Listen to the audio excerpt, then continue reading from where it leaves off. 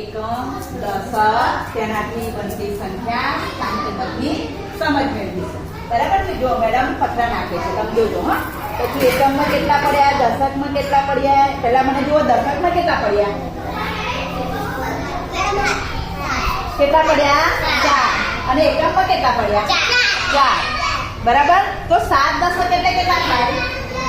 70. સરસ, 70. અને આ 4 ના 4, તો 70 ને 4 કેટલા થાય? 74. કેટલા થાય? 74. ચલો ફરીથી મેડમ કરશે. હા, ફરી જુઓ. ચલો ફરીથી. હા, ચલો બોલો. દશકમાં કેટલા છે?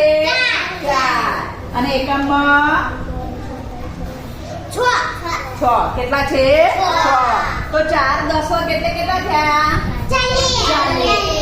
અને આ 6 ના 6, 40 અને 6 કેટલા થાય? 46. કેટલા થાય?